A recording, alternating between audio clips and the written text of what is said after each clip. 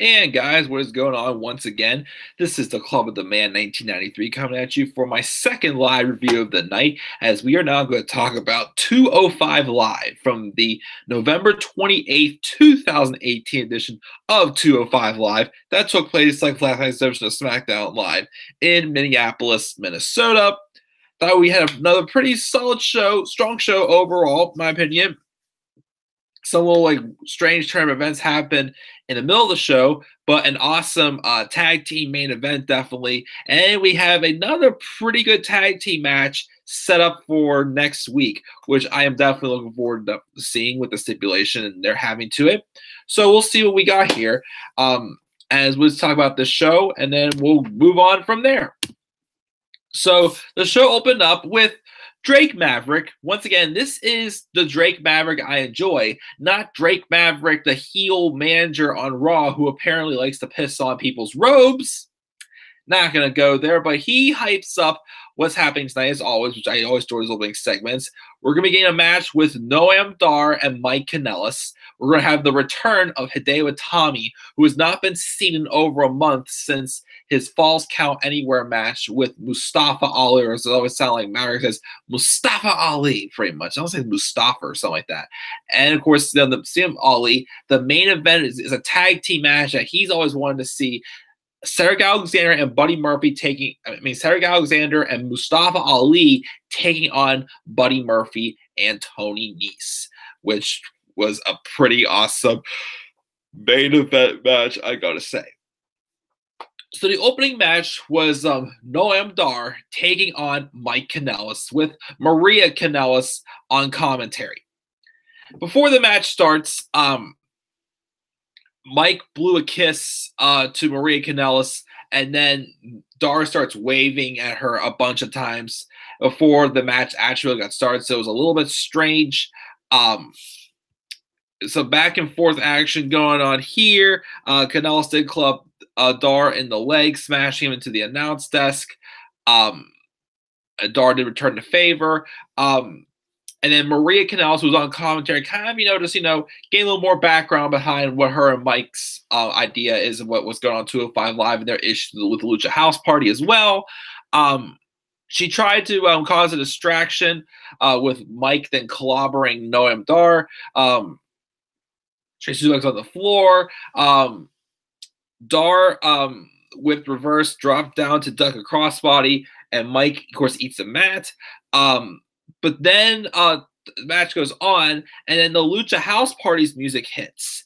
Lindsay Dorado and Grandma Sleek are coming from the stage, so then Mike turns around, hangs on the ropes, and motions for Maria to come to him. But then Kalisto came from under the mat and nails Mike Kanellis with a kick when the referee was not looking.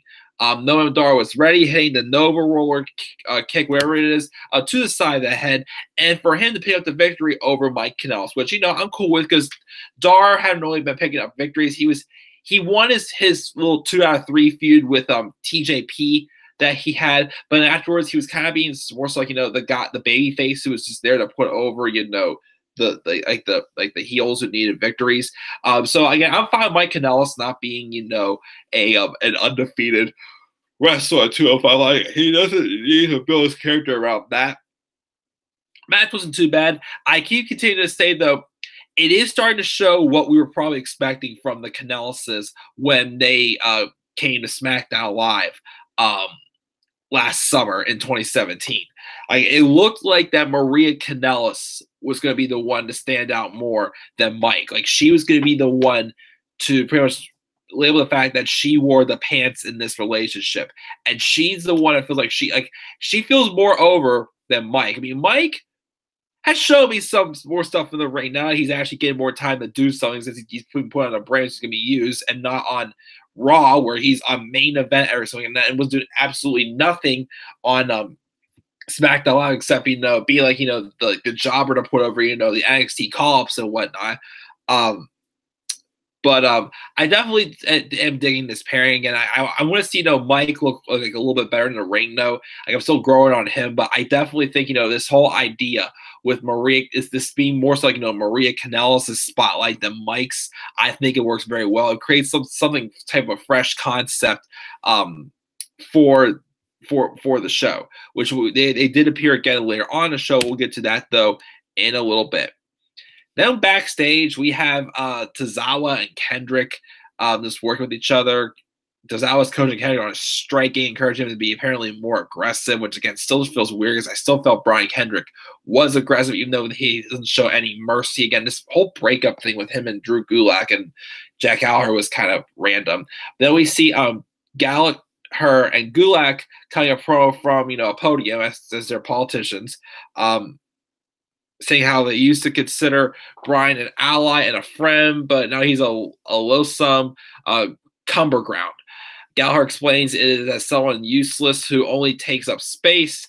Gulak runs down Kendrick down as looking was a homeless Leonardo DiCaprio before saying he's going to put him out of his misery next week when he will make him tap out. So next we are going to be getting the match against the Brian Kendrick and Drew Gulak, the guy who initiated the betrayal on the Brian Kendrick. So we'll see what goes there. We then have Hideo Itami making his return after over a month of not in action. He takes on a jobber named Levi Cruz. Just a complete squash match. Once again, remind us to how dangerous Itami could be in the ring, and he wins. Afterwards, he then begins to beat down Levi Cruz. When all of a sudden music hits, and I did not recognize the song at all. But then out came Arya Daivari, who we have not seen, I believe, since the Cruiserweight Championship tournament. I thought, oh, maybe Triple H found no use for him because, again, I wasn't much of a fan of him anyways. But apparently he was out 7 months with an injury. But he comes out, and it looks like at first he's going to, try to, it looked like he did tease maybe a babyface turn for Arya Daivari. I'm like, no, don't do that. I have no interest in that whatsoever because I'm just not a big fan at all of Arya Daivari. But then he gets into the ring, takes off his shirt and glasses, and stares down at Tommy. But then he starts beating up the heck out of Levi Cruz, and he picks him up and starts yelling for Tommy to hit him. Well, Cruz, which Tommy does, and he gets out of the ring. And then Daivari, you hear him say, "I respect you." And Hideo Itami shakes his hand. So it looks like we're getting some pairing now with Hideo Itami and Arya Daivari. Again, not the biggest fan of Arya Daivari, but we'll see him under Triple H's right, and they can make him a little more interesting. I'm sure it'll probably feel like the Lucha House Party, or even like a team of Kendrick and Tozawa now. Like, we'll see what happens. So now we got this tag team, so we'll see where this goes. We then see, speaking of course, the Lucha House Party, we see Perk TJP backstage talking to Drake Maverick, saying why he should be #1 contender.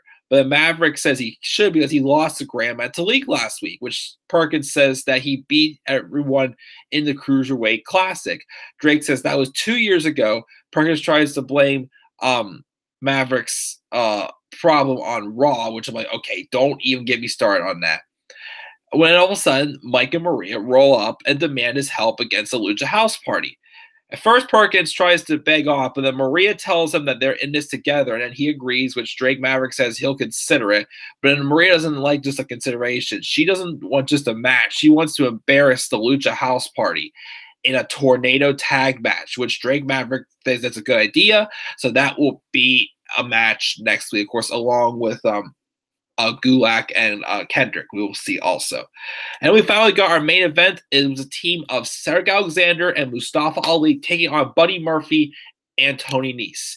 As I said in my NXT UK live review, you ever notice that a show that Triple H writes, you very rarely, unless it's a tag team taking on two people that they have problems with, such as the Lucha House Party and Mike Kanellis and TJP. But you ever notice Triple H does not take just 4 random people and put them into a tag match? Not that often. But when he does, it feels special. It feels important. It doesn't feel like an overdone tag match. We've seen how many times, such as all these 6-woman tag matches we've gone all freaking year long with the Riot Squad, Bayley, Sasha Banks, and whoever the hell their 6th member is going to be. I don't know, but I don't care. But this match, though, felt special. It was definitely between 4 guys who definitely have had their issues with each other. Well, Alexander Ali's been going after, Buddy Murphy for his Cruiserweight Championship, but Tony Nese has been, getting in their way. I thought we had a lot of great back and forth action with this match. Alexander and Nese started the match with some slow lockups and whatnot, and some reversals. We then see Ali come into the match. I'm sorry. We of course you see some segments with Cedric Alexander and Buddy Murphy. Well, Buddy Murphy then scurries out and hits a tag. We see Alexander and Nese in the ring for a while. And then of course Murphy came back in, but we had Tony in again. Again some. And then for a while, it was Mustafa Ali in the match for most of the time, as he was, taking, of course, again, the nastiest bumps. I keep saying, I swear, of all superstars on the main roster, there's no one who takes bumps as crazy as Mustafa Ali does. I keep saying for a fact. Eventually, though, he was able to finally, even though we had to go through a couple times where we did see Tony Nese and Buddy Murphy collide at each other. I'm sure that's teasing a little bit of like a crack in their alliance or whatnot. But eventually, Ali gets in Alexander, who displays some great offense against Nese and Murphy. And of course, the injury part came towards the end with Murphy with Nese out of the way. Of course, there was a moment also where, I forgot to say this too, where Ali was trying to go for a tag on Alexander, but of course, I think it was Murphy took out Alexander at the ringside, so he couldn't get tagged himself in. It's a bunch of hard hitting, high flying action as all four of these guys work very well together. And then Ali goes to set up for an 054, but then Alexander tags in, and he does like Ali hits like an O'Connor roll, and whatnot. And I'm sorry, a big DDT on Murphy, and then Cedric rushes in to then follow up that DDT on Murphy with a lumbar check, and with that, Alexander and Ali win the match. So I don't know if, again, that was, of course, if it was appropriate, definitely give Cedric Alexander some much needed momentum going forward. Obviously, he beat Leo Rush, but for sure, though, I think we're definitely going to be seeing, I'd say maybe at least a triple threat for the next Cruiserweight Championship match we get between Alexander, Ali, and Murphy. Like, that finish to me kind of teased the fact that, hey, both of these guys won in their own ways. Ali with the DDT, and then following up Alexander hitting a lumbar check on Buddy Murphy getting the victory. Again, just a fun tag team match that obviously, again, was with four guys being thrown together, but it felt special, and I loved every second of it.